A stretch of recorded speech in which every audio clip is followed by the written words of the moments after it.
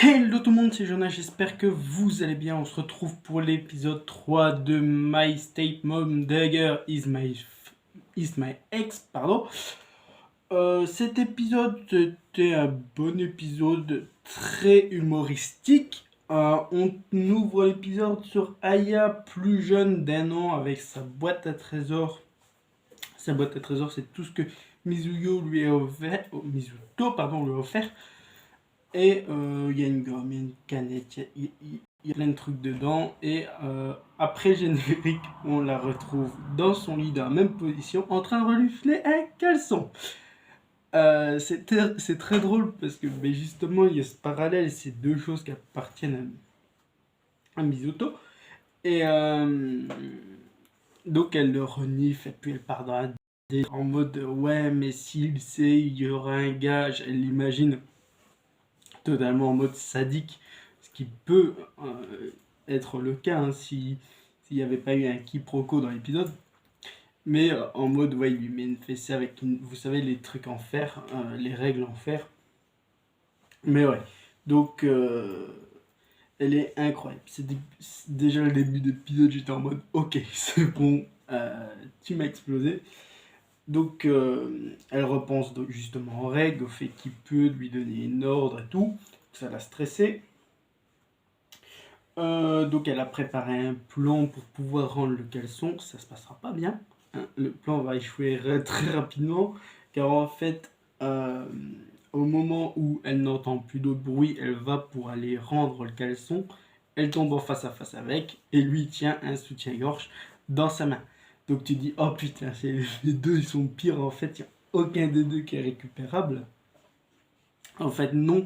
Mizuto, lui, c'est carrément un quiproquo parce que on sait ce qu'elle a fait avec. Elle l'a reniflé. Lui, on ne sait pas vraiment, mais apparemment, la seule chose qu'il a fait, c'est récupérer le soutien-gorge dans la machine à laver. Et il avait peur que son père le prenne pour un pervers. Mais aussi, on apprend que que lui était, enfin que elle lui avoue tout ce qu'il gardait dans sa boîte à trésors. Ça l'a un peu gêné. C'est mignon, on voit qu'il y a encore de l'amour entre les deux. C'est incroyable. Ils sont terriblement mignons. Moi, j'aime vraiment ça. Ils sont très très mignons. Il y a de la gênance des deux. Donc, elle lui demande ce qu'il a fait avec. Et il lui répond rien. J'ai rien fait avec. Elle fait ouais, est-ce que tu aurais pas fait. Bon, dit la meuf quand même qui a reniflé un caleçon. Hein, qui est assez bizarre, qui a des fantasmes assez bizarres. C'est assez drôle, c'est vraiment assez drôle. Alors, elle voit, donc ils font un compromis, et lui a quand même un avantage qui pourra lui donner un ordre, on le verra en fin d'épisode. Ils font un compromis comme quoi qu'ils resteront normaux en faire les parents et ne diront rien. Et le lendemain feront une journée normale à l'école et tout ça sans gêner trop l'autre. Sur le chemin de retour, elle voit Mizuto avec une autre fille, brune à lunettes. Elle fait oh putain, on dirait moi quand j'étais plus jeune. Donc tout un plan, elle en parle avec son ami qui est. Attends, l'autre fille. J'ai oublié son nom. Je l'ai noté mais j'ai oublié. Putain, il est où? Il est où? Ah, c'est Minami. C'est Minami, pardon. Donc elle en parle avec Minami. Minami, voilà. Ça va être intéressant pour après avec Minami, mais elle en parle. Elle trouve quand même Mizuto assez canon. Donc on comprendra après ce qui leur arrive.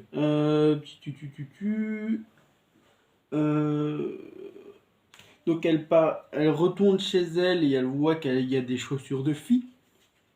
Aussi, après la discussion avec Minami, on voit un plan sur Aya qui retourne chez elle, il y a un plan sur des chaussures.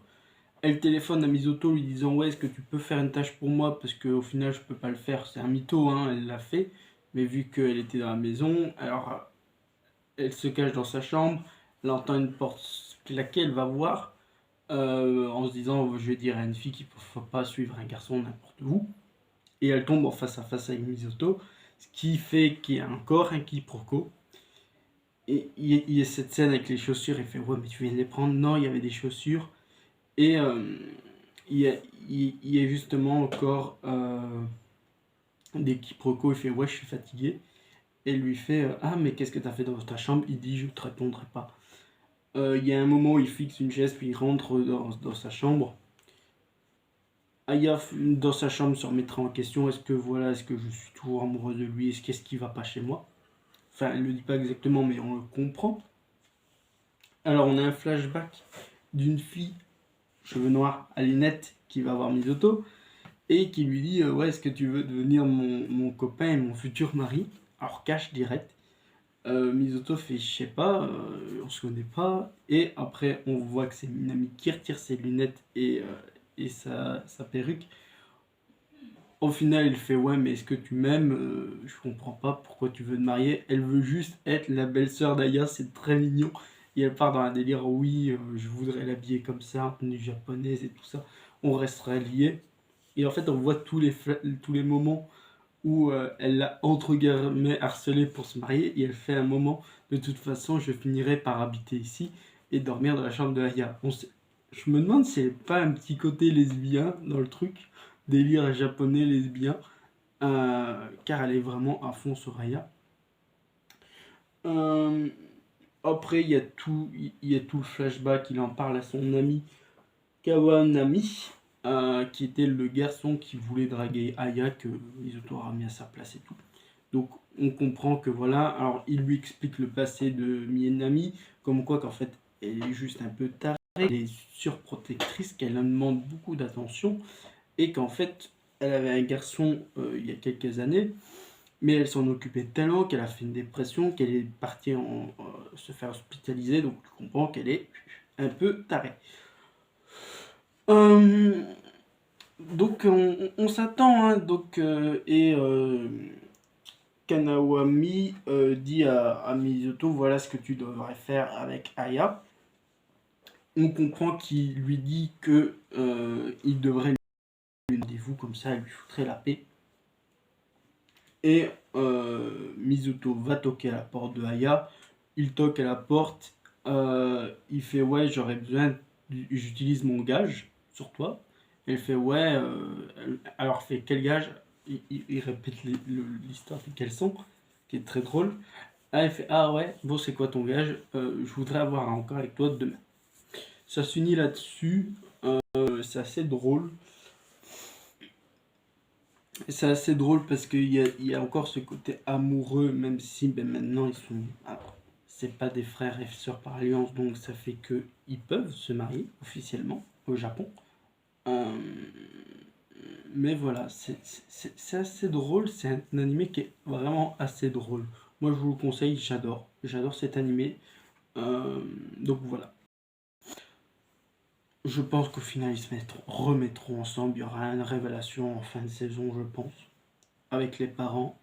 S'il y a une saison 2, je ne sais pas où va l'anime, enfin, je n'ai pas lu le manga, mais si, je pense qu'il y aura une révélation, qu'il y aura retour de flamme, où ils seront en couple, où ils se cacheront. Mais là voilà, c'est vraiment teasé déjà sur 3 épisodes. 3 épisodes, il y a beaucoup de tentations des deux, donc c'est assez drôle.